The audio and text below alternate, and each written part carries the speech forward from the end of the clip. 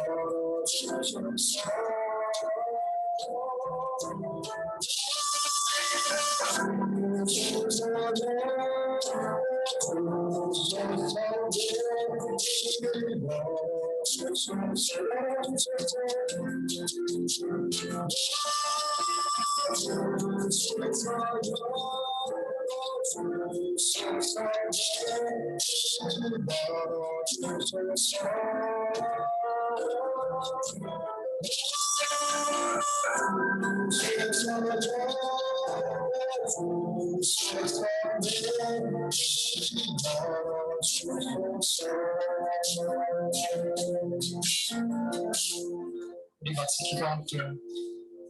하나님, 이 시간 주 성령님을 우리에게 보내주셔서 우리의 닫혀있는 모든 것을 열어주시옵소서. 우리가 한 주말 동안 육으로 보고 육으로 듣고 육의 삶을 살고 육의 것으로 판단하는 삶을 살았다면 주님, 우리를 용서하여 주시옵시고 이 예배 가운데 우리를 다시금 이 죄와 사망으로부터 이 막혀있는 주님께로 나아갈 수 있는 이 모든 막혀있는 것들을 다 열어주셔서 예수 그리스도의 보혈로 다 열어주셔서 이제는 영적으로 보게 하시고 영적으로 듣게 하시고 주의 뜻대로 순종하며 선택할 수 있도록 이 예배 가운데 은혜를 베풀어 주시옵소서. 우리 같이 기도합니다. 하나님, 우리가 한 주간의 삶을 돌아보며 기도합니다. 세상 사람들과 분리하고 사람들이 모든 것을 똑같이 똑같이 인정하지 않았는지 돌아보고 예수 그리스도의 전파로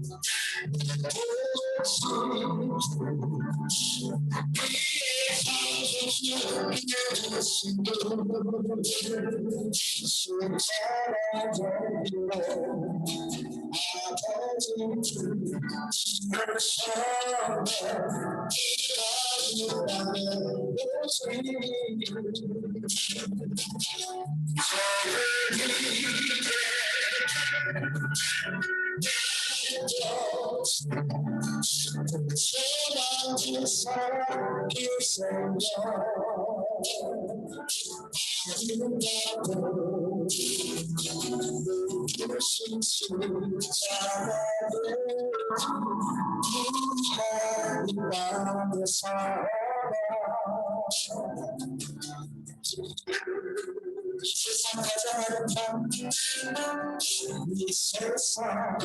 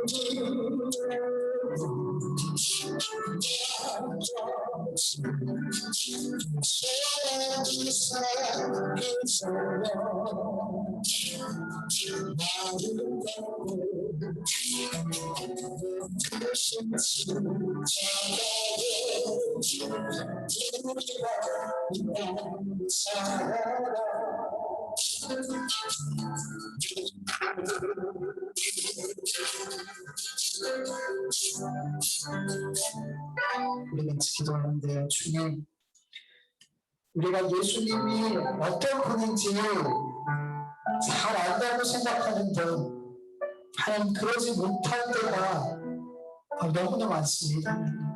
잘 아는 것 같은데 정말 예수님을 모르는 내 모습들을 자꾸 발견하게 됩니다. 주님, 예수님을 정말 바르게 하게 하여 주시옵소서. 예수님이 이 땅에 왜 오셨는지 우리가 정말 바르게 알게 하여 주시옵소서. 그렇지 않으면 우리가 다른 예수를 믿게 됩니다. 예수라는 하나님이라는 다른 우상을 섬기게 됩니다. 하나님, 우리 중앙교회와 우리 성도님들과 그리고 이 땅에 있는 많은 교회들이 예수라는 우상을 섬기지 않게 하여 주시옵시고, 성경에 나와 있는 그 예수님, 아버지 그 예수님을 우리가 더욱더 성도님을 통해 바르게 깨닫고 알고 바른 신앙생활을 할 수 있도록 온 교회와 온 성도들을 붙들어 주시옵소서. 우리 같이 기도합니다. 하나님, 주님을 정말 알게 믿기를 원합니다.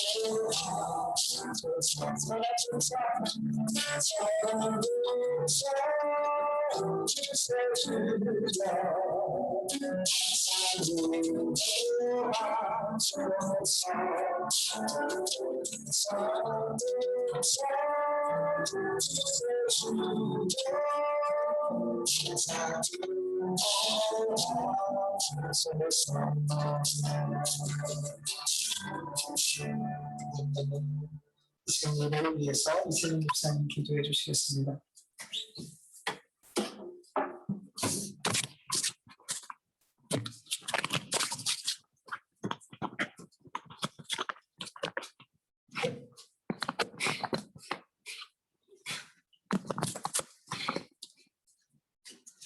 우리들의 삶이 되시고 천지의 주인이신 하나님 아버지, 늘 감사와 영광 올려드립니다. 늘 주님과 동행하며 살아가는 것이 희망이고 복된 줄 알지만 어느 한순간에 다른 생각으로 주님을 멀리하지 않았나 되돌아보고 반성하며 회개합니다. 주여 용서하여 주옵소서. 그래도 저희가 늘 말씀으로 찬양으로 성령 충만함으로 주님만을 의지하며 살아가길 원합니다. 저희 생각을 버리고 오직 주님의 말씀으로 사랑으로 기쁨으로 주님 닮기 원하고 주님의 뜻을 알고 선과 악을 분별하고 혼돈하지 않는 지혜와 명철을 주시어서 이 마음 주님께로만 향하고 늘 새롭게 깨어 기도하고 찬양하게 하여 주세요. 그래야 늘 은총이 가득한 삶을 살 수 있도록 은혜 베풀어 주시옵기를 간절히 바라고 원합니다. 저희 기도를 이루어 주시옵소서. 저희 주명교회와 공동체를 위해서 기도드립니다. 저희 조창만 목사님, 주님의 귀한 종으로 단히 세우셨으니 항상 건강 주시옵고 말씀 전하실 때 주님의 권능이 함께 하시어 늘 주님의 향기로 건강한 주님의 말씀 선포하게 하여 주옵시고 말씀 받는 저희들은 주님의 사랑과 기쁨으로 은혜와 은총이 넘쳐나게 하여 주시옵고 주님께 받은 말씀과 사랑을 이웃들과 함께 나눌 수 있도록 건강한 은혜 베풀어 주시옵소서. 우리 성도님들 가정에 가정마다 언제나 말씀으로 강건함 주시어서 건강한 가정 말씀의 자녀들 되게 하여 주옵시고 늘 주 안에서 감사하며 모든 영광 하나님께 올려드리는 복된 나날들 되게 하여 주옵시고 재림을 기다리며 늘 깨어 쉼표 없이 기도하고 찬송하게 하옵소서. 이 모든 말씀 참 하나님이신 예수 그리스도 이름으로 감사하며 기도드렸습니다. 아멘.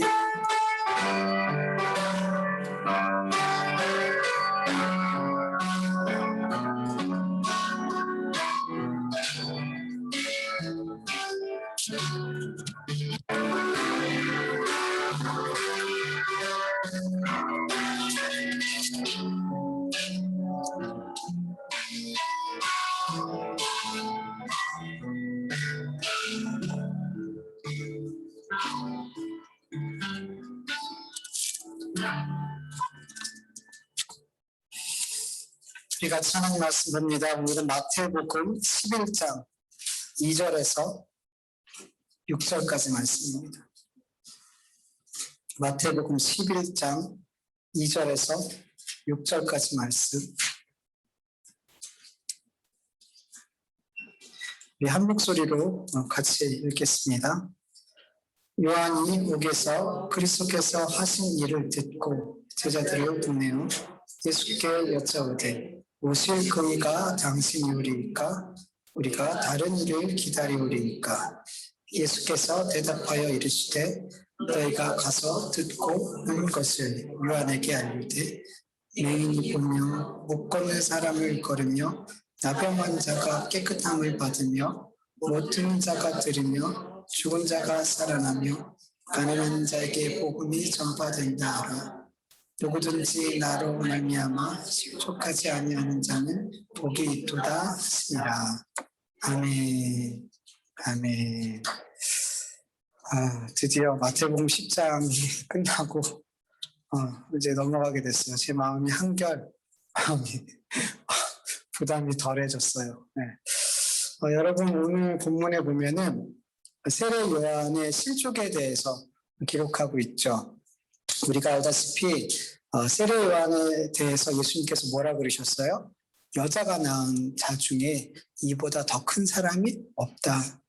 큰 자가 없다라고 말씀하셨어요. 그런데 세례 요한이 실족하는 내용으로 본문에 나오더라는 거예요.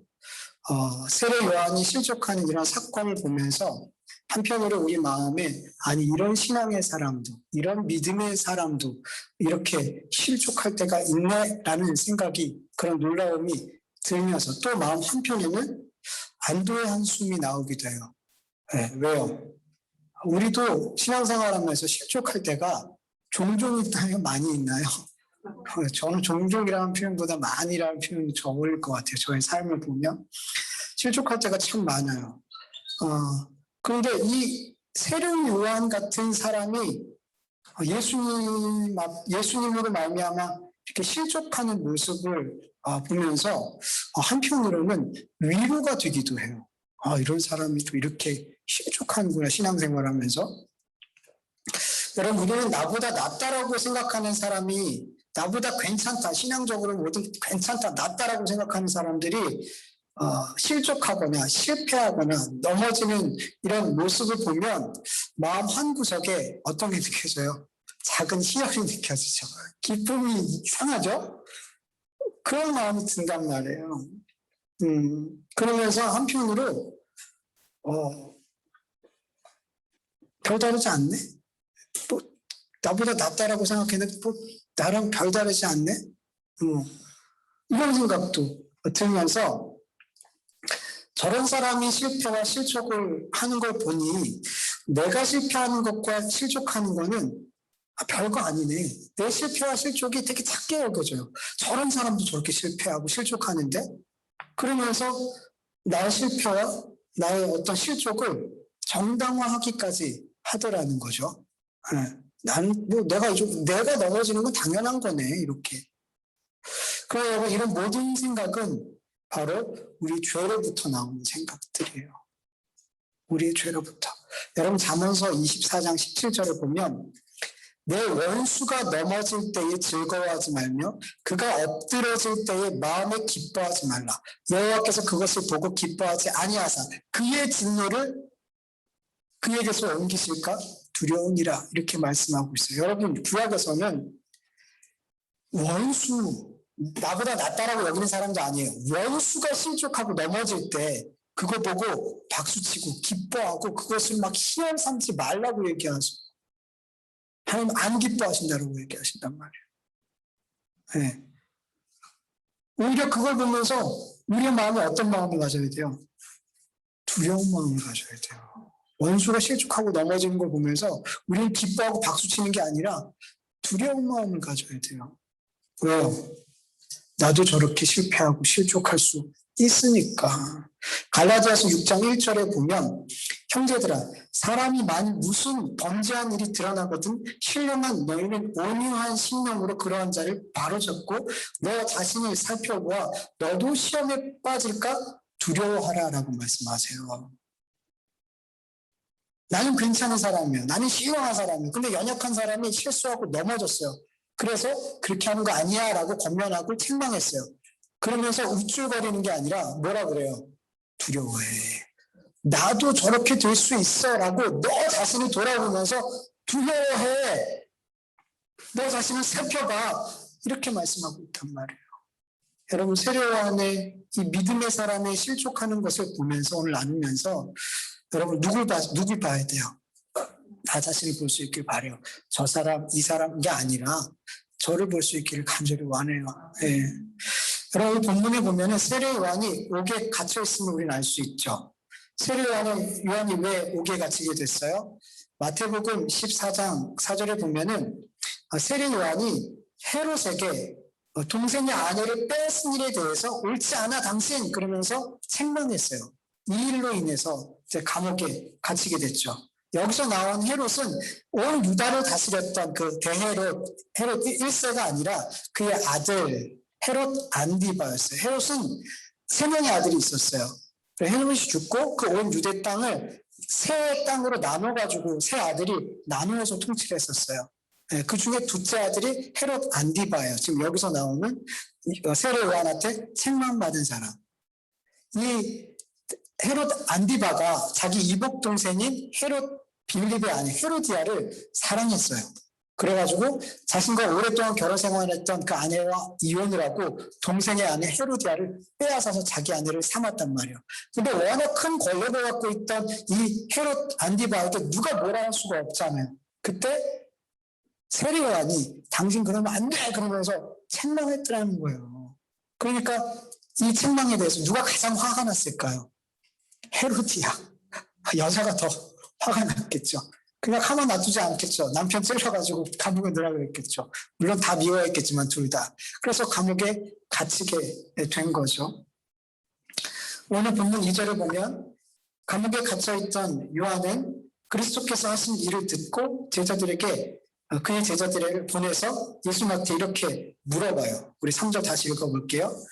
예수께 여짜오되 오실 그이가 당신이오리까 우리가 다른 일을 기다리오리까. 여러분 예수님 세례 요한이 예수님께서 하나님이 보내신 메시아라는 걸 알았어요, 몰랐어요? 알았죠. 너무나 분명하게 알았죠. 그걸 어떻게 고백했었냐면 예수님을 보고 세상의 죄를 지고 가는 하나님의 어린 양 이렇게 말했어요. 자신은 물로세를 베풀지만 예수님은 성령과 불로세를 베푸실 분이야라고 사람들한테 증언했고요. 예수님은 자신이 태어나기 전부터 계신 나보다 앞서 계신 분이라고 고백했어요.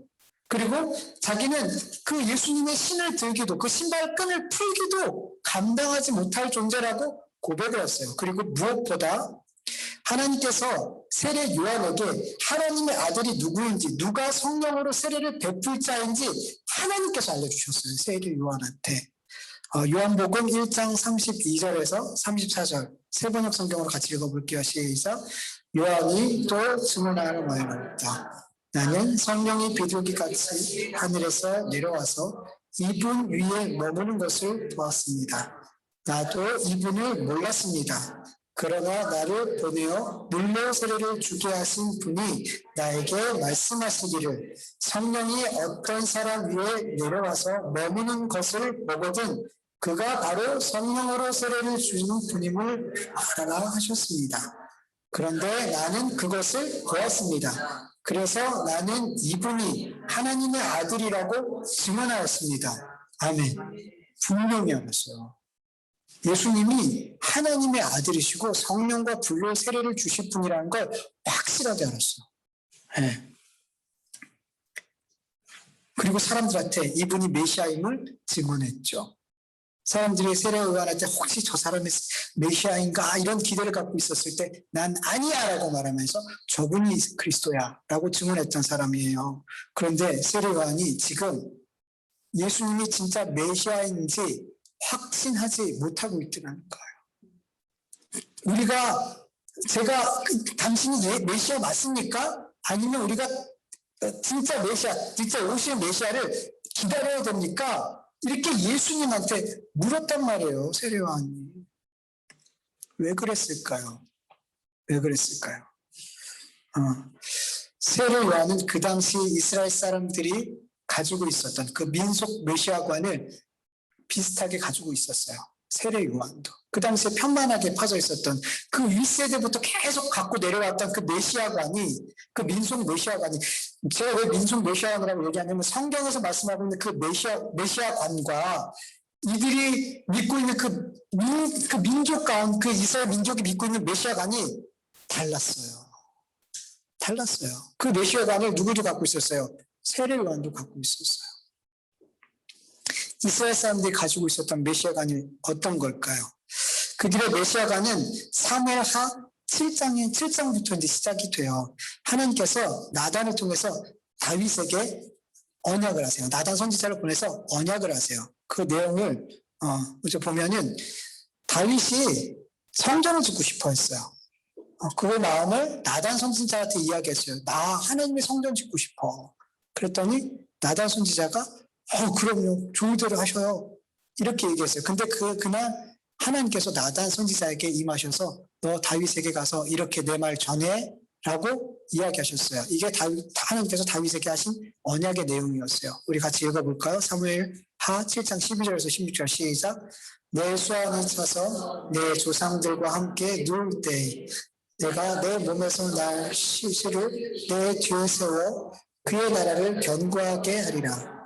그는 내 이름을 위하여 집을 건축할 것이요 그는 그의 나라의 왕위를 영원히 견고하게 하리라. 나는 그에게 아버지가 되고 그는 나에게 아들이 되리니 그가 만일 죄를 범하면 내가 사람의 뇌와 인생의 채찍으로 징계하려니와 내가 내 앞에서 흘러나게 한 사울에게서 내 은총을 빼앗은 것처럼 그에게서 빼앗지 아니하리라. 내 집과 내 나라가 내 앞에서 영원히 보존되고 내 왕위가 영원히 견고하리라 하셨다. 아멘. 이게 이스라엘 백성들이 갖고 있었던 이 언약이 메시아관을 형성하게 됐어요.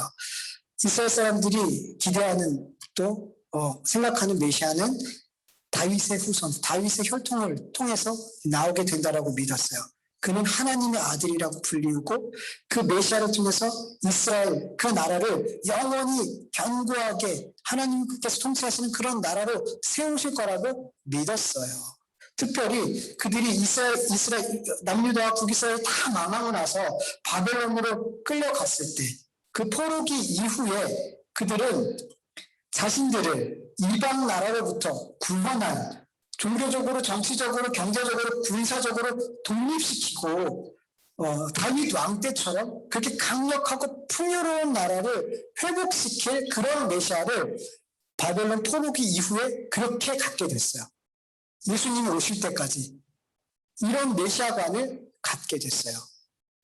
메시아가 오면 이방 모든 나라들로부터 그 압제들로부터 모든 불의함으로부터 우리를 그들을 심판하시고 우리를 구원하실 거야. 정치, 경제 모든 분야에서 다 독립시켜 주시고 다윗이 가장 강성했던 나라를 그 다윗 때처럼 이 나라를 강력하게 회복시키실 거야. 이렇게 다윗의 영광을 회복할 메시아를 그들은 포로기 이후부터 기다렸어요.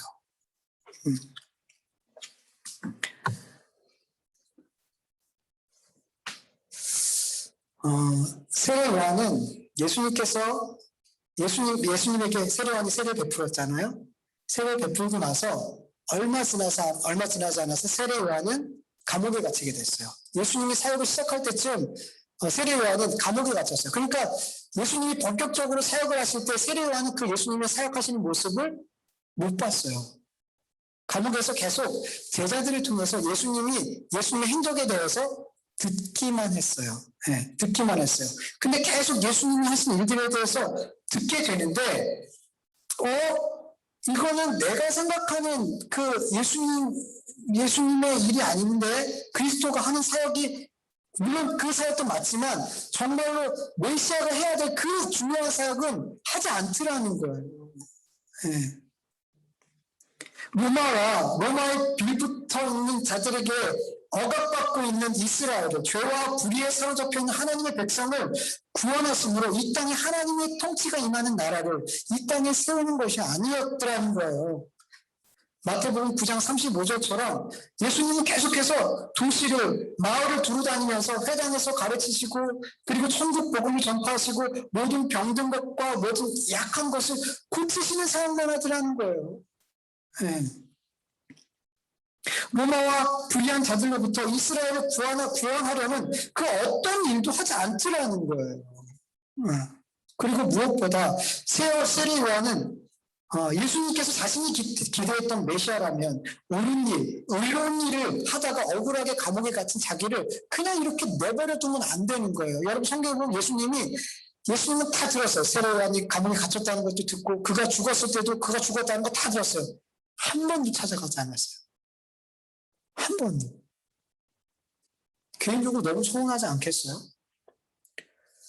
저분이 예수님이야! 그러면서 그분을 위해서 그는 예수님을 위해서 존재한 사람이잖아요. 구약에 광야에 외치는 자로 그는 온 거예요. 예수님을 위해서 온 자란 말이에요. 그리고 예수님을 위해서 예수님이 그리스도 되심을 전하기 위해서 그 삶을 바친 사람이란 말이에요. 근데 그가 감옥에 갔는데 정의로운 일을 옳은 일을 하다가 감옥에 갔는데 주님 얼굴 한번 비추지 않았단 말이에요. 위로만 한마디 하지 않았더란 말이에요. 인간적으로 봐도 참 속상할 것 같아요.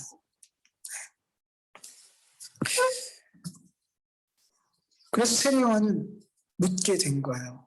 정말 메시아 맞나요? 우리가 다른 메시아를 기다려야 되나요? 그러자 예수님께서 세례 요한의 제자들에게 내가 메시아야, 그렇다, 아니야 이렇게 정확하게 대답한 게 아니라 4절, 5절과 같이 말씀하세요. 같이 읽어볼게요. 예수께서 대답하여 이르시되 너희가 가서 듣고 보는 것을 요한에게 알리되 맹인이 보며 못 걷는 사람이 걸으며 나병한 자가 깨끗함을 받으며 못 걷는 자가 들으며 가난한 사람에게 복음이 전파된다. 아멘. 여러분, 세례 요한이 지금까지 감옥에서 제자들을 통해서 들었던 그 모습이에요. 가르치고 복음 전하고 병든 자 고치고 계속 들었던, 세례 요한이 감옥에서 제자들 통해서 들었던 그 얘기 또 가서 해. 지금 너희가 보고 있는 것, 전에도 봤던 것, 그리고 지금도 보고 있는 그것, 세례 요한한테 가서 또 다시 가서 보고해. 보고 들은 것 똑같이 얘기해. 이렇게 얘기하더라는 거예요. 왜요? 진짜 메시아, 그리스도가 할 일은 이거라는 거예요. 이 세상을 뒤집고 왕의 권력과 권세를 가지고 세상을 뒤집어 엎고 이스라엘에게 독립을 주고 이 땅에 의로운 나라를, 하나님의 나라를 세우는 게 아니라는 거예요. 너희가 지금 보고 들은 이것이 바로 그리스도가 할 일이야 라고 말씀하고 있는 거예요. 그리고 그거 세례 요한한테 다시 가서 또 전해. 그렇게 말씀하시더라는 거죠. 여러분, 사실 세례 요한이 제자들에게 계속 들었던 그 내용은 병든 자를 일으키시고 눈먼 자를 보게 하는 이 모든 내용들은 사실 어디에 기록되어 있어요? 구약의 예언서에 다 기록되어 있는 말씀이에요. 특별히 이사야 선지서를 보면요, 이사야서 29장 18절 세 번역을 보면 그날이 오면 듣지 못하는 사람이 두루마리의 글을 읽는 소리를 듣고 어둠과 흑암에 쌓인 눈먼 사람이 눈을 떠서 볼 것이다. 이사야서 35장 6절 세 번역을 보면 그때에 달이 절던 사람이 사슴처럼 뛰고 말 못하던 혀가 노래를 부를 것이다. 광야에서 물이 솟겠고 사막에 시냇물이 흐를 것이다. 이사야서 26장 1절과 19절을 보면 그날에 유다 땅에서 이 노래를 부르리라. 주의 죽은 자들은 살아나고 그들의 시체들은 일어나리라. 티끌에 누운 자들아 너희는 깨어 노래하라. 주의 이슬은 빛난 이슬이니 땅이 죽은 자들을 내어놓으리라. 이사야서 61장 1절 주 여호와의 영이 내게 내리시리니 이는 여호와께서 내게 기름을 부으사 가난한 자에게 아름다운 소식을 전하게 하려 하심이라. 나를 보내사 마음이 상한 자를 고치며 포로된 자에게 자유를, 갇힌 자에게 노임을 선포하며. 여러분, 이사야에 있는 말씀들이 다 지금 예수님 그 요한의 제자들이 보고 들었던, 그리고 세례 요한에게 전했던 내용이란 말이에요. 예수님은 이 말씀을 하시면서 내가 바로 이 구약의 예언자들이 선포한 그 말씀을 이루는 메시아야 라고 말씀하고 있는 거란 말이에요.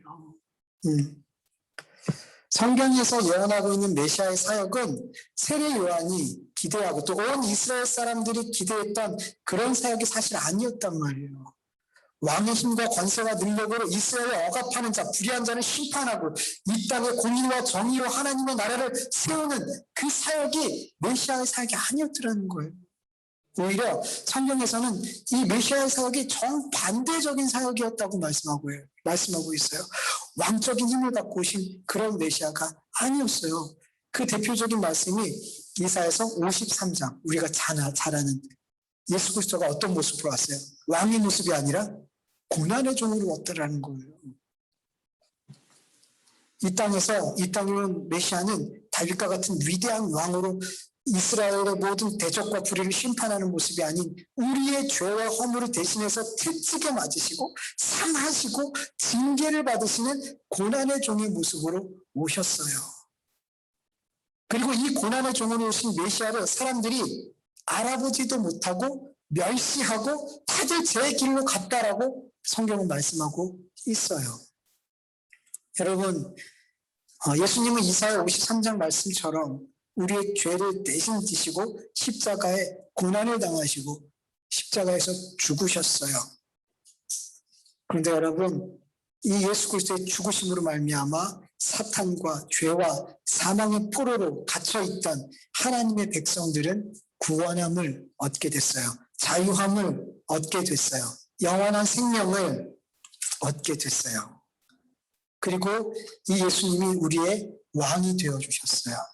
예. 여러분, 하나님께서 통치하고자 하셨던, 왕으로서 통치하고자 하는 그 나라는 이 땅에 있어요, 없어요? 이 땅이 아니에요. 이 땅의 왕으로 오신 게 아니란 말이에요. 이스라엘은 이 땅의 왕으로 오실 메시아를 기대했단 말이에요. 근데 아니었단 말이에요, 예수님은. 여러분, 이 세상이 점점 좋아지나요?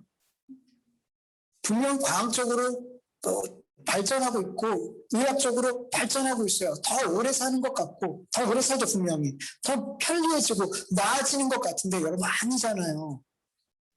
아니잖아요. 숨도 제대로 못 쉬어. 숨도 제대로 못 쉬어. 지금 마스크 끼고 있죠? 나중에는 뭐 이런 방독면 같은 거 있잖아요. 그런 거 비스무리한 거 끼고 다니지도 모른단 말이에요. 우리가 지금 마음껏 물로 샤워하잖아요. 그냥 펑펑 쓰잖아요. 그날이 그리워할지도 몰라요. 옛날에 그랬었는데. 응? 환경은 점점 파괴될 거고요. 사람들은 점점 더 사나워지고 무정해지고 타인에 대한 사랑은 없어지고 돈과 쾌락과 무엇보다 자기 자신을 누구보다 사랑하게 돼요. 그러다 주님께서 재림하실 때 이 땅의 모든 것들은 다 어떻게 돼요? 없어지죠. 없어져요. 베드로후서 3장 12절에 보면 하나님의 날이 임하기를 바라보고 간절히 사모하라. 그날에 하늘이 불에 타서 풀어지고 물질이 뜨거운 불에 녹아지려니와. 요한계시록 21장 1절. 내가 새 하늘과 새 땅을 보리니 처음 하늘과 처음 땅이 없어졌고 바다도 다시 있지 않더라. 이렇게 우리가 살고 있는 이 세상, 이 모든 물질 세계는 주님이 재림하실 때 다 없어지고 새 하늘 새 땅이 임하게 돼요. 다 없어질 이 땅에 하나님이 영원한 나라를 세우시겠냔 말이에요. 이 땅에 없어질 이 땅에 공의로운 나라를 세우시겠냔 말이에요. 없어질 땅에. 아니라는 거예요. 요한복음 18장 36절에 예수님은 너무 분명하게 말씀하세요. 예수님께서 대답하시되 내 나라는, 같이 읽어볼게요. 내 나라는 이 세상에 속한 것이 아니니라. 만일 내 나라가 이 세상에 속한 것이었더라면 내 종들이 싸워 나로 유대인들에게 넘겨지지 않게 하였으리라. 이제 내 나라는 여기에 속한 것이 아니니라. 하나님이 통치하고 왕으로 다스릴 나라는 이 땅에 속한 것이 아니란 말이에요. 예수님께서 왕이 되셔서 영원히 통치하실 나라는 영원토록 있을 새하늘과 새 땅이에요. 예수님은 그 새하늘과 새 땅에 하나님의 백성들을 데려가시기 위해 예수님 계신 그곳에 우리도 있게 하려고 예수님이 이 땅에 고난의 종으로 오셨어요. 세리와 죄인의 친구로 이 땅에 오셨단 말이에요. 그렇기 때문에 다윗의 영광을, 다윗 시대의 영광을 회복시킬 이 땅의 왕으로 오실 메시아를 기다리던 이스라엘 백성들이 예수님을 메시아로 못 알아보는 거예요. 그래서 이사야 53장처럼 그들이 예수님을 못 알아보더라는 거예요. 멸시하더라는 거예요. 그리고 예수님을 따라가는 게 아니라 제갈 길로 가더라는 거예요. 이런 메시아가 갖고 있었기 때문에. 그리고 세례 요한도 이런 영향을 받았기 때문에, 이런 민속 메시아관을 가지고 있었기 때문에 예수님이 하신 그런 모든 일들을 보면서 마음에 이분이 정말 맞나? 이분이 이 이스라엘을 구원할, 이 땅의 다윗의 영광을 회복시킬 그 메시아 맞나라는 의문이 드는 거예요. 하나님께 분명하게 말씀을 받았음에도 불구하고, 자신이 또 증언했음에도 불구하고. 네, 그때는 예수님이 그렇게 하실 거라고 믿었겠죠. 그런 메시아로 그렇게 하실 것을 믿었겠죠. 근데 계속 예수님의 행적을 보니까 아니라는 거예요. 그게 자기가 기대했던 거라. 여러분, 여러분들에게 메시아, 그리스도는 어떤 분이세요? 만약에 여러분들이 성경에서 말씀하고 있는 그 메시아가 아니라 이스라엘 백성과 같이 내가 바라고 기대하는 그런 메시아로 예수님을 생각한다면 우리는 예수님으로 말미암아 실족하게 될 거예요. 예. 예수님을 나를 이 땅에서 형통하게 하시는 메시아, 이 땅에서 나에게 억압을 주고 괴롭게 하는 자들을 주업해주고 심판해주는 그런 메시아, 내 모든 고통을 다 없애주는 메시아, 나에게 형통함과 풍요함과 성공을 주시는 메시아, 건강과 장수를 주시는 메시아, 내 모든 문제를 기도할 때마다 계속 응답해 주시는 그런 메시아. 이 땅의 것들, 결국에 사실은 이스라엘 백성들이 원했던 건 이 땅에서 이 땅에서 나를 잘 되게 하는 메시아예요. 사실은 그런 메시아를 기대했다면 그런 사람들은 예수님으로 말미암아 반드시 실족하게 되고 결국 예수님을 십자가에 못 박게 되더라는 거예요. 여러분, 이런 것들, 형통하고 고통이 없어지고 풍요롭고 성공하고 건강하고 문제들이 해결되어지고 막 이런 것들 우리에게 중요해요, 안 중요해요? 거짓말하지 마세요. 이렇게 하면서 속으로는 중요해요. 그렇게 여기서 외식하시나요? 중요하죠. 근데 이게 너무너무나 중요한 나머지 교회 안에 있는 분들도 이것이 삶의 신앙생활하는 데 있어서 목적이 돼버리지라는 거예요. 너무 중요한 나머지. 그래서 이 목적을 이루기 위해서 오히려 예수님을 믿으러 이곳에 왔는데 예수님을 이용하더라는 거예요. 도구로. 이런 경우가 교회에 많아요. 메시아관이 잘못됐기 때문이요. 예수님이 우리가 계속 찬양해서 고백했던 것처럼 예수님이 어떤 건지 너무 모르기 때문이에요. 그분이 왜 이 땅에 오셨는지 너무 모르기 때문이에요. 여러분, 예수님의 제자들도 이런 민속 메시아관을 가지고 있었죠. 네. 예수님 위해서 모든 것을 다 포기하면서 따르는 것 같았지만 사실 그들은 예수님을 통해서 이 세상의 힘과 성공과 명예를 얻고 그 뒤를 따라오는 수많은 이익들을 누리고 싶어 했어요. 그들은 반드시 예수님이 그 다윗과 같은 왕 위에 올라서 이스라엘의 영광을 회복할 거라고 믿었기 때문이에요. 그래서 그들이 그렇게 서로 싸우는 거였어요. 그렇게 싸우는 거였어요.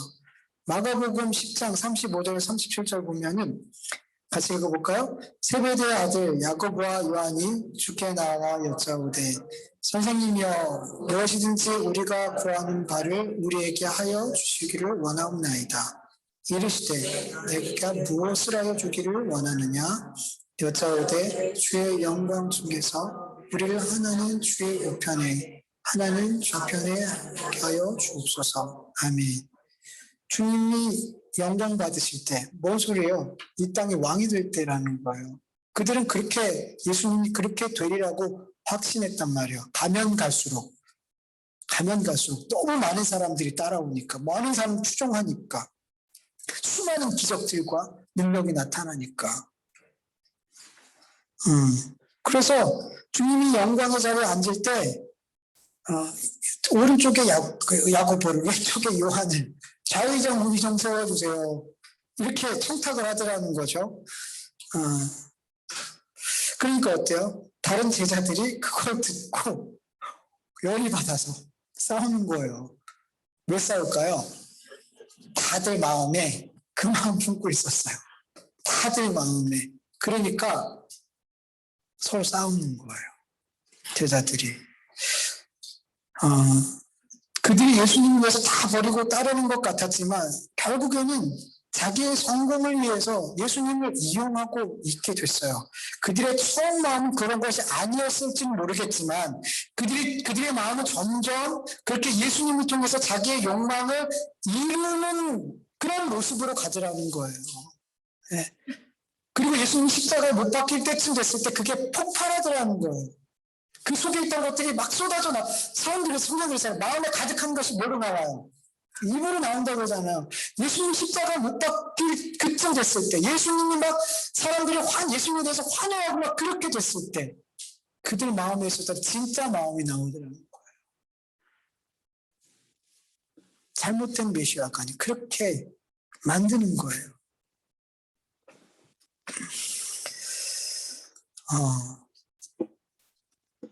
여러분, 예수님에 대한 잘못된 메시아관을 가지고 있으면 아무리 예수님을 위해서 모든 것을 드리고 헌신하고 희생해도 결국 예수님 버려요. 예수님 십자가 못 박는데 찬성하는 사람 돼요. 왜냐하면 예수님은 이 세상의 왕으로 이 세상의 것으로 나를 풍요롭게 하기 위해서 이 세상에 있는 불의와 이런 모든 것을 다 없애고 정의와 심판을 이 땅에 세우기 위해서 오신 게 아니란 말이에요. 그걸 기대하는, 그거를 이루시기 위한 메시아로 오셨다라고 믿으면 반드시 시험에 들어요. 다 도망간단 말이에요. 제자들처럼. 여러분, 사실 주님은 우리가 이 땅에서 성공하고 부유하고 건강하고 장수하고 뭐 주식이 잘 되고 땅 좋은 값에 팔고 뭐 이런 것들에 대해서 주님이 관심 있을까요, 없을까요?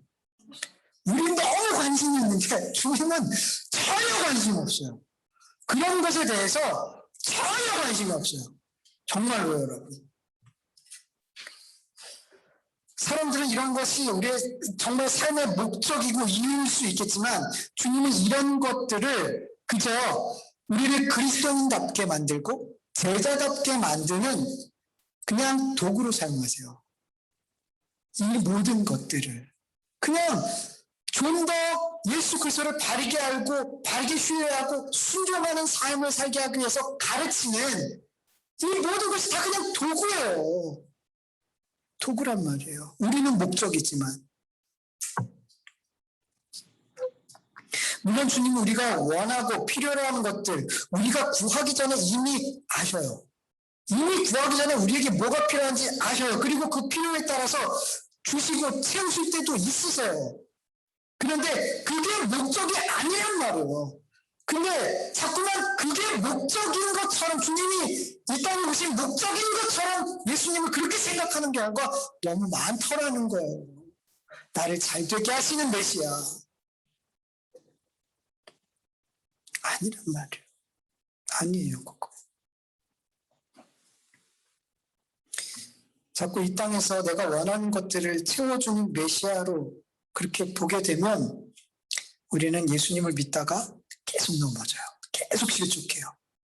저분이 정말 나를 구원하실 수 있는 예수님 맞나라고 생각하게 된단 말이에요. 네. 여러분, 예수님을 바로 알고 바로 믿을 수 있길 간절히 축원합니다. 여러분, 사람들이 말하는 그리고 사람들이 기대하는 메시아는 가짜예요. 성경에서 말씀하고 있는 그 메시아를 우리는 믿어야 돼요. 그 메시아를 만나야 돼요. 그럴 때 우리는 이 세상 가운데 어떤 형편과 처지와 상황 속에 있어도 예수님으로 말미암아 실족하지 않아요. 절대로 실족하지 않아요. 절대라는 말 아니죠. 넘어질 때도 있어요. 근데 완전히 엎드려지지 않는다는 거예요. 여러분, 빌립보서 4장 11절에서 13절 세 번으로 같이 읽어보죠. 내가 궁핍해서 이렇게 말하는 것이 아닙니다. 나는 어떤 처지에서도 스스로 만족하는 법을 배웠습니다. 나는 비천하게 살 줄도 알고 풍족하게 살 줄도 압니다. 배부르거나 굶주리거나 풍족하거나 궁핍하거나 그 어떤 경우에도 적응할 수 있는 비결을 배웠습니다. 나에게 능력 주시는 분 안에서 나는 모든 것을 할 수 있습니다. 아멘.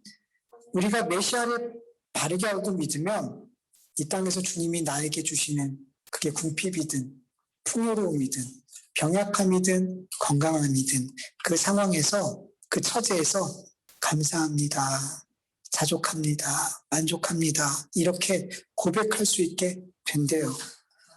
우리가 믿는 예수 그리스도는 유한한 이 땅의 것들을 누리게 하기 위해서 금방 사라져버린 이 땅의 영광을 얻게 하기 위해서 오신 것이 아니라 우리에게 영원한 생명을 주시고 영원한 새하늘 새 땅을 하나님 나라에서 유업으로 얻게 하기 위해서 이 땅에 고난의 종으로 십자가에 죽으시고 우리를 구원하기 위해 오신 분이라는 걸 여러분 믿을 때에 이 세상의 어떤 상황에 처해든 우리는 예수님 때문에 실족하지 않아요. 아멘이에요. 여러분 이 땅의 것들 좀 못 누려도 육신의 질병으로 고통을 당해도 좋은 부모를 못 만났어도 좋은 배우자를 못 만났어도 자녀들이 늘 속을 썩이고 또 가난하고 못 배우고 외모가 별로이고 성공하지 못했어도 여러분 그리스도인들은 다 괜찮아요. 괜찮아요. 그리고 반대로 많은 것을 누릴 수 있는 형편이 되고 건강하고 아름답고 부유하고 많은 것을 배우고 가족이 화평하고 큰 성공을 이루어도 예수 그리스도를 바르게 알고 믿는 자들은 이것들에 마음을 두고 이것을 내 힘과 내 자랑으로 여기지 않고 교만해지지 않아요. 이 땅의 것들은 없어질 것이고 이 땅의 것들은 주님의 사명을 감당한 도구들이니까 거기에 내 마음을 두지 않는단 말이에요. 세상 사람들이 볼 때 좋은 상황, 좋은 형편에 있든 나쁜 상황, 나쁜 형편에 있든 예수 그리스도를 바르게 알고 믿을 때 우리는 자족할 수 있을 줄 믿습니다. 예수님이 어떤 상황을 주든 예수님 때문에 실족하지 않게 될 줄 믿습니다. 물론 우리가 육신이 있고 살아가기 때문에 이왕이면 세상 사람들이 볼 때 좋은 상황, 좋은 형편에서 예수님께 감사하는 삶을 살면 더더욱 좋겠죠. 그래서 이런 좋은 상황에서 형편에서 예수님으로 만족하고 감사하는 삶을 살게 해달라고 기도드릴 수 있겠죠. 그런데 주님이 우리의 마음의 중심을 가장 잘 아세요. 나보다 더 잘 아세요. 이런 기도를 드리는 우리의 중심을 주님이 아셔요. 왜 이런 기도를 드리는지. 정말로 내가 예수님으로 만족해서 이런 기도를 드리는지 주님이 아신단 말이에요. 여러분, 성령을 믿으면 믿음이 성숙하고 성령을 받은 자들이 이런 기도를 드린 적 있을까요? 한 번도 없어요. 하나도 없어요. 그런 걸 볼 때 우리가 이런 기도를 드린다면 좀 찔러야 돼요. 이건 믿음의 성도들이 드린 기도가 아닌데? 그러면서 이거는 사실은 이거 역시도 내가 주님을 이용하고 있는 거구나. 이런 걸 통해서도 나는 역시 여전히 세상의 것으로 잘 되고 싶어 하는구나. 세상의 것을, 세상의 형통과 잘 되면 여전히 나는 바라고 있는 거구나. 여러분 속으면 안 돼요, 여러분. 모든 형편을 주님으로 인해 감사하고 실족하지 않는다면 우리가 그런 기도를 드릴 이유가 없어요. 정말 감사하다면 모든 형편에 자족할 수 있다면 그런 기도를 드릴 이유가 없잖아요. 생각해 보세요. 그런 기도를 드린다는 건 우리 안에 욕심이 있기 때문이에요. 예수님을 통해서 그런 걸 받고 싶은 거예요. 누리고 싶은 거예요. 그러니까 나를 속이면서 그런 기도를 하게 되는 거예요. 나도 나한테 속아줘요. 이거는 주님이 원하는 기도야. 나를 속이며 나도 나한테 속으면서 그런 기도를 드린단 말이에요. 아니에요, 여러분. 정말 주님께 만족한다면, 주님으로 자족한다면, 주님이 무엇을 주시기 위해 이 땅에 오신 것을 안다면, 믿는다면. 6절을 보면 예수님께서 말씀하세요. 누구든지 나로 말미암아 실족하지 아니하는 자는 복이 있다. 복이 있다. 여러분 여기서 실족하다라는 헬라어 단어의 뜻을 보면 걸려 넘어지게 하는 장애물, 함정, 덫이라는 뜻이에요. 여러분 예수님으로 인해서 실족하지 않는 것, 여러분 그게 사실 내 뜻대로 될까요, 안 될까요? 안 돼요. 내가 실족하지 않아야지 하려고 않는 것도 아니고 내가 실족해야지 그렇다고 실족해야 하는 게 아니더라는 거예요. 왜? 이게 무슨 문제냐면 내 의지의 문제가 아니라 믿음의 문제이기 때문이에요. 이 믿음 누가 주시는 거예요? 하나님이 주시는 거예요. 여러분 하나님이 예수님을 바르게 알고 믿는 믿음을 우리에게 알려주시면 우리는 예수님으로 말미암아 실족하지 않게 돼요. 물론 여러분 때로는 넘어질 수 있어요. 넘어질 수 있어요. 실족도 할 수 있어요. 근데 아주 엎드려지지 않더라는 거예요. 우리는 7번 넘어질지라도 어떻게 해요? 일어나요. 일어나요. 여러분, 세례 요한이 넘어졌어요, 안 넘어졌어요? 실족했어요. 넘어졌어요. 그래서 어떤 사람들은 이걸 가지고 세례 요한이 구원 못 받았다고 얘기하는 사람도 있어요. 어떻게 성경을 읽는지 어떻게 그렇게 해석해야 되는지 저는 이해를 잘 못하겠는데, 그럼 우리 다 못 받아요. 세례 요한이 만약 이걸 통해서 이것 때문에 그는 예수님을 부인했어, 구원 못 받는 사람, 이렇게 얘기하면 이 세상에서 예수 믿고 이 세상의 신앙생활하는 사람 중에 구원 못 받는, 구원하는 사람 하나도 없을 거라고 저는 생각이 돼요. 여러분, 우리가 예수님을 알고 믿어도 넘어질 때 있고 실족할 때 있고 때로는 의심할 때도 있어요. 그런데 하나님께서 주신 그 믿음, 성령님으로 말미암아 예수님을 바르게 알고 있는 그 믿음이 우리에게 있고 소망이 우리에게 있으면 그 믿음과 소망이 7번 넘어져도 다시 일어나서 예수님 붙들게 하더라는 거예요. 너무 감사한 건 7번 넘어져서 8번째 일어날 때 그때 더 예수님을 알게 되더라는 거예요. 더 예수님이 어떤 분인지 깨닫게 되고 더 예수님을 의지하고 그 말씀에 순종하는 자가 되게 하더라는 거예요. 넘어지고 일어날 때마다. 아이들도 그렇잖아요. 넘어지고 걸음을 배울 때 넘어질수록 넘어진 횟수가 늘어나요, 줄어들어요? 줄어들면서 어떻게 돼요? 걷게 되고 뛰게 되더라는 거예요. 주님이 그렇게 우리를 만들어 가시는 거예요. 실족하고 넘어질 때가 있어요, 우리도. 그런데 그 넘어짐을 통해서 우리는 더 잘 걷게 되고 나중에 뛰게 되더라는 거예요. 날지는 못해도 주님 나라 가서 그때 날아요. 이 땅에서 그렇게 하나님께서 우리를 세워가더라는 거예요. 네. 믿음의 문제예요. 이것도 역시 은혜의 문제예요. 내 의지로 실족해 하지 말아요. 이 문제가 아니더라는 거예요. 여러분, 고린도전서 1장 18절을 보면 십자가의 도가 멸망하는 자에게는 미련한 것이요, 구원을 받는 우리에게는 하나님의 능력이래요.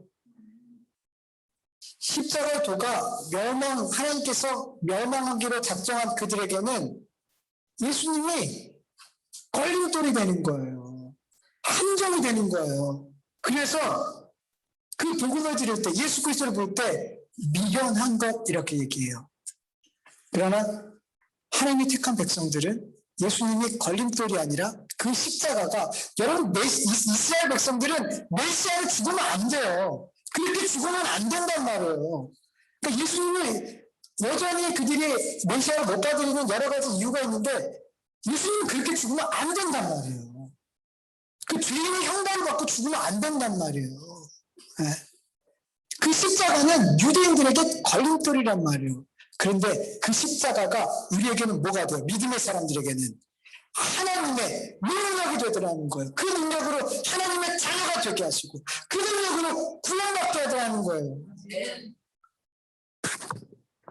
우리 그리스도인들은, 하나님께서 믿음을 주신 자, 성령을 주신 자들은 예수님으로 말미암아 결국에는 걸어가고 뛰어가게 되는 줄 믿습니다.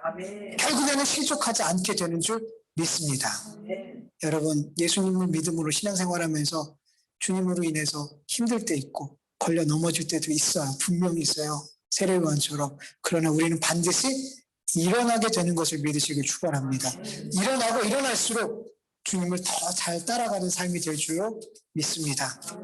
우리 주신 말씀 기억하면서 우리 잠깐 기도할게요.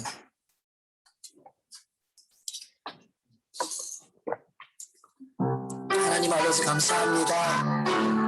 오늘도 주님께서 주신 말씀을 같이 상고하고 아버지, 그 말씀을 마음에 새기게 해주심을 감사합니다. 하나님 아버지, 세례 요한의 실족하는 모습을 보면서 하나님, 우리가 예수님을 어떻게 믿고 어떻게 바라보고 어떻게 따라야 될지를 알게 하여 주시옵시고, 무엇보다 우리에게 예수님을 바로 보고 바로 믿을 수 있는 은혜를, 믿음을 주신 것을 감사합니다. 아직도 여전히 주님에 대해서 오해하고 그리스도에 대해서 잘못 알고 있는 부분이 있다면 정말 하나님, 우리에게 바르게 가르쳐 주시옵소서. 우리가 예수 그리스도가 이 땅에 왜 오셨는지 우리가 바르게 알고 바르게 믿고 바르게 기도하고 바르게 순종할 수 있도록 하나님 도와주시옵소서. 주님께 우리 온 성도들이 예수 그리스도를 바르게 믿고 바르게 생각하고 바르게 따르는 하나님을 아버지 하나님 우리 성도들의 모든 삶 속에서 아버지 하나님 예수 그리스도의 편지가 예수 그리스도의 편지가 되어 많은 사람들을 예수 그리스도께 인도하는 이 모든 사람들이 이 귀한 성령 사역들을 능히 잘 감당할 수 있도록 도와주시옵시고 우리가 신앙의 삶을 살 때 믿음의 삶을 살 때 넘어질 때가 있습니다. 실패할 때가 있습니다. 마음이 상하고 괴로울 때가 있고 의심이 될 때가 있습니다. 그러나 결국 주님께서 우리에게 주신 그 믿음이 그 소망이 우리를 다시금 일으켜 세워주시고 이전보다 더 주님을 사랑하고 더 주님 앞에 순종하는 삶을 살아가게 할 것을 믿습니다.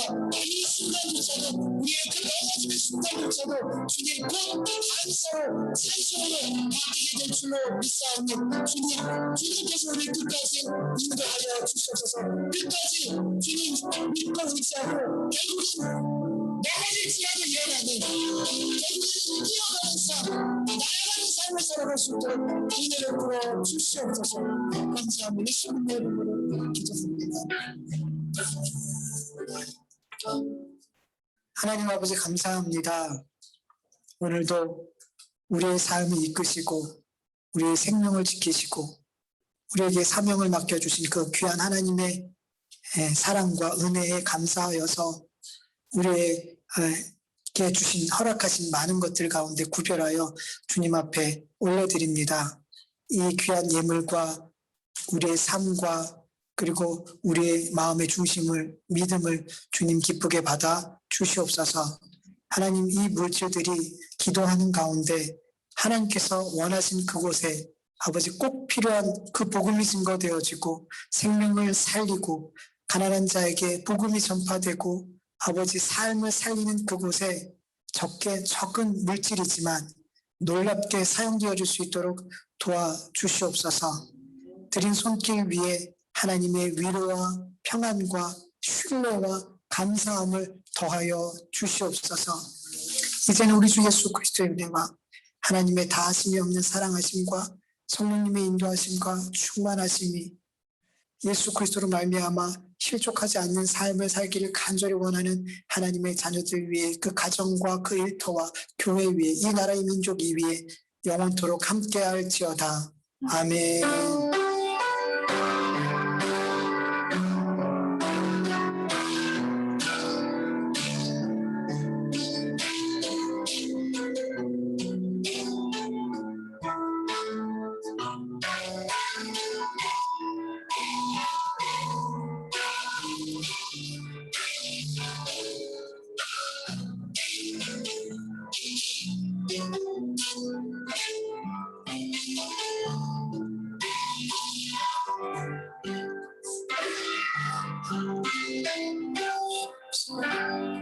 우리 예배를 받으신 하나님께 감사와 영광의 박수 올려드립니다. 하나님 감사합니다.